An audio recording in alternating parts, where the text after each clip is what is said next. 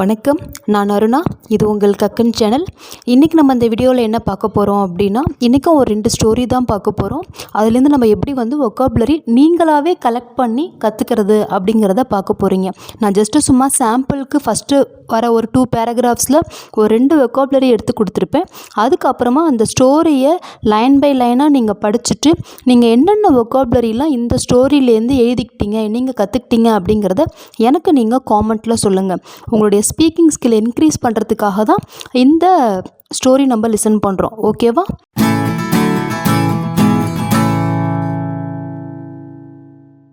First story பாருங்கள். Catching a thief. Once there was a farmer who had a small farm. He grew corn on his farm every year. It was just sufficient for his family. Sufficient அப்படின்னா என்னென்னா போதுமானதாக அப்படின்னு அர்த்தம். அதை word நான் underline பண்ணிக்கிட்டேன். Next பாருங்கள். It was the month of April and the wheat harvest was ready. The farmer was very happy to look at it.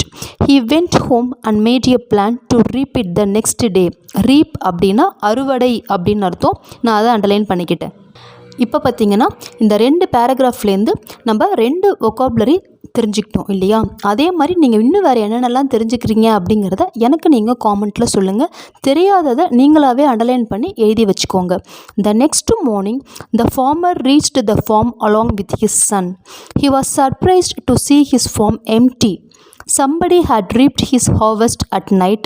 The farmer felt very sad and returned home. அடுத்த நாள் பார்த்தீங்கன்னா அந்த form ரொம்ப எம்டியாக இருக்குது. யாரோ ஒருத்தவங்க அதுக்கு முன்னாடியே அது எல்லாத்தையுமே அறுவடை பண்ணிடுறாங்க. ஸோ அந்த ஃபார்ம் எம்டியாக இருக்குது. The helpless farmer went to the capital and sought permission to see the king. கிங்கை பார்க்குறதுக்காக பெர்மிஷன் கேட்குறாரு. Reaching the court, he told the king to punish the thief and to get him his crop back. அதுக்கப்புறமா அந்த திருடனை கண்டுபிடிச்சி punish பண்ணுங்க, எனக்கு என்னுடைய க்ராப்பை திருப்பி கொடுங்க அப்படிங்கிற மாதிரி முறையிடுறாரு. The king thought over the matter coolly and then sent his soldiers to bring all the farmers of the village before him.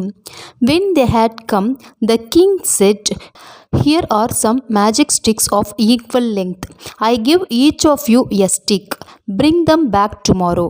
If there is a thief in the house of any one of you, his stick will grow longer than others by 2 centimeters." அவர் என்ன சொல்கிறாரு அப்படின்னா, ஊரில் இருக்கிற விவசாயிகள் எல்லாத்தையுமே அழைச்சிட்டு எல்லார்கிட்டையுமே கையில் ஒரு மேஜிக் ஸ்டிக் கொடுக்குறாரு. அதுக்கு ஸ்டிக்கை கொடுக்கும்போது அவர் என்ன சொல்கிறாருன்னா, இது ஒரு மேஜிக் ஸ்டிக். யார் திருடனாக இருக்கீங்களோ அவங்க ஸ்டிக்கு மட்டும் 2 சென்டிமீட்டர் வளரும். யார் குச்சி வளர்ந்துருக்கோ அதை வச்சு அவங்க தான் திருடன்னு கண்டுபிடிச்சிடலாம் அப்படின்னு சொல்கிறாரு. The farmer went away. The farmer who had reaped the harvest of the other farmer said to himself, "I am guilty of theft and my stick will increase by 2 centimeters. So I must cut a piece of 2 centimeters off my stick. In this way I will not be caught." So he cut off his stick and shortened it. என்ன நடக்குது அப்படின்னா, யார் அந்த வயலை அறுவடை பண்ணிட்டாங்களோ முன்னாடியே அந்த திருடன் என்ன பண்ணுறான் அப்படின்னா, நம்ம குச்சை நம்மளே 2 சென்டிமீட்டர் கட் பண்ணிவிடுவோம். அப்படி கட் பண்ணிட்டோம் அப்படின்னு சொன்னால் அப்போ நம்ம குச்சி ஆட்டோமேட்டிக்காக வளரும் போது ஈக்குவல் லென்த்து தான் வரும், நம்ம தப்பிச்சிடலாம் அப்படிங்கிற மாதிரி நினைக்கிறான். ஸோ அது மூலியமாகவே அந்த திருடன் ஈஸியாக மாட்டிக்கிறான். The next day the farmers came to the court. Their sticks were compared and one of them was found to be the shorter. Thus the thief was caught. இப்படி தான் அந்த thief பிடிபடுறான். the thief was caught. இதில் நீங்கள் என்னெல்லாம் தெரிஞ்சுக்கணும் அப்படின்னா, I will not be caught. I will not be caught அப்படின்னா என்ன அர்த்தம்? நான் மாட்டிக்க மாட்டேன். So I thought I will not be caught. நான் மாட்டிக்க மாட்டேன்னு நான் நினச்சேன். ஸோ இதே மாதிரி சென்டென்ஸ் வேர்ட்ஸ் எல்லாம் நம்ம இப்படி தான் ஃபார்ம் பண்ணுங்கிறத நீங்கள் இந்த ஸ்டோரிஸ் மூலியமாக கற்றுக்கலாம். ஓகேவா? He was ordered to return the stolen harvest and was jailed. அந்த திருடனை அந்த பயிரெல்லாம் அந்த விவசாயிகிட்ட திருப்பி கொடுக்க கிங் ஆர்டர் பண்ணுறாரு. அதுக்கப்புறமா அவனை ஜெயிலில் அடைச்சிடுறாங்க. இதான் இந்த மாரல் ஆஃப் த ஸ்டோரி என்ன அப்படின்னா, a guilty conscience needs to accuser. அதாவது குற்றமுள்ள நெஞ்சு குறுகுறுக்கும் அப்படின்னு சொல்கிறோம் இல்லையா, அதுதான். That's it. அடுத்து நெக்ஸ்ட்டு ஒரு ஸ்டோரி பார்க்கலாம். The strangers cookies. இந்த ஸ்டோரியிலேருந்தும் என்னென்ன வொக்காபுலரி நீங்கள் கற்றுக்கிட்டீங்க அப்படிங்கிறத எனக்கு நீங்கள் காமெண்ட்டில் சொல்லுங்கள். Flight delays always makes people irritate. கண்டிப்பாக ஃப்ளைட்காக வெயிட் பண்ணுறது வந்து இரிட்டேட் பண்ண தான் செய்யும்.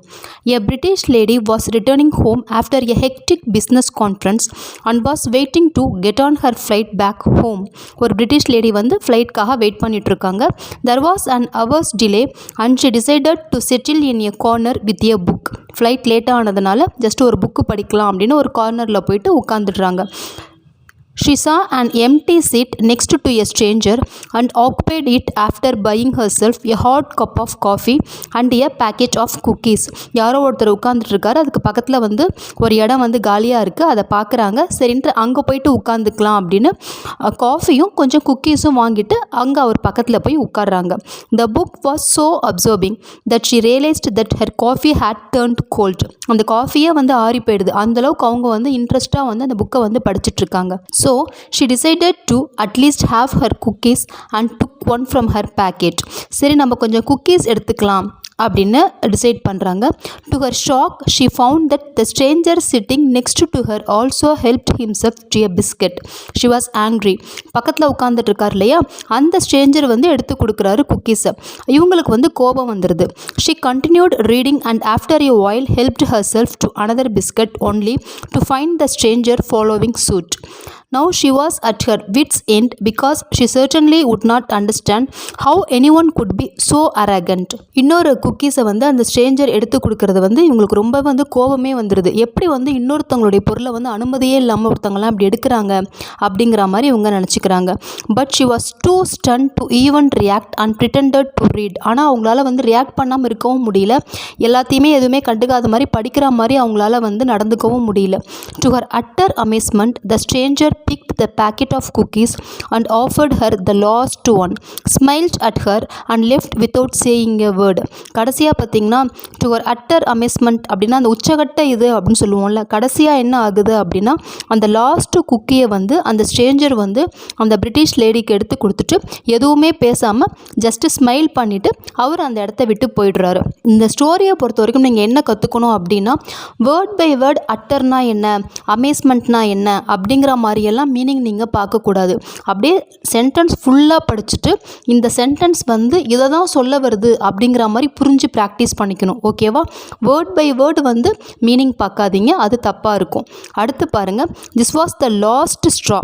She was about to call him and give him a lecture on good manners when she heard the boarding announcement for her flight. அவங்க நினைக்கிறாங்க நம்ம வந்து அந்த ஃப்ளைட் அனௌன்ஸ்மெண்ட் போர்டிங் அனௌன்ஸ்மெண்ட் பண்ணுறப்ப அவரை கூப்பிட்டு நம்ம வந்து குட் மேனர்ஸ் பற்றி சொல்லி கொடுக்கணும் அப்படின்னு. She picked up her packs and headed for security check. As she opened her handbag to take out her ticket, she found a packet of cookies staring back at her. அப்போ தான் அவங்களுக்கு தெரியுது, அவங்க ஹேண்ட்பேக்கை வந்து செக் பண்ணும்போது அவங்க வாங்கின cookies packet அவங்க பேக்லேயே இருக்குது.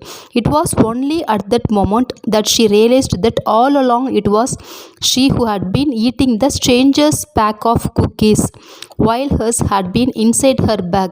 அப்போ தான் அவங்க புரிஞ்சுக்கிறாங்க, அவங்க தான் அந்த ஸ்ட்ரேஞ்சரோட குக்கி எடுத்து சாப்பிட்ருக்காங்களே ஒழிய தன்னுடைய குக்கீஸ் வந்து தான் பேக்கில் தான் இருக்குது அப்படின்னு. She turned red with embarrassment and her eyes immediately started to look out for the stranger for apologizing. ஃபைனலாக பார்த்தீங்கன்னா அந்த ஸ்ட்ரேஞ்சர்கிட்ட கொஞ்சம் மன்னிப்பு கேட்கறதுக்காக அப்பாலஜைஸ் பண்ணுறதுக்காக அந்த ஸ்ட்ரேஞ்சரை வந்து தேட ஆரம்பிச்சிடுறாங்க. That's it. இதுதான் இந்த ஸ்டோரி. இதோடைய மாரல் என்ன அப்படின்னா, never jump to conclusions about others, always stop to think twice before passing judgement on others. மற்றவங்கள பற்றி நம்ம சீக்கிரமாக வந்து எப்பொழுதுமே வந்து ஒரு முடிவுக்கு வரக்கூடாது. ஒருத்தவங்கள பற்றி நம்ம ஒரு விஷயம் சொல்கிறோம், ஒரு கருத்து சொல்கிறோம் அப்படின்னா ஒரு தடவைக்கு 2 தடவை யோசிக்கணும் அப்படின்னு சொல்கிறாங்க. இதுதான் இந்த ஸ்டோரியோடைய moral. I hope you enjoy this 2 stories. As usual, share and subscribe our video. For getting further notification, press bell button. We'll see you on Friday.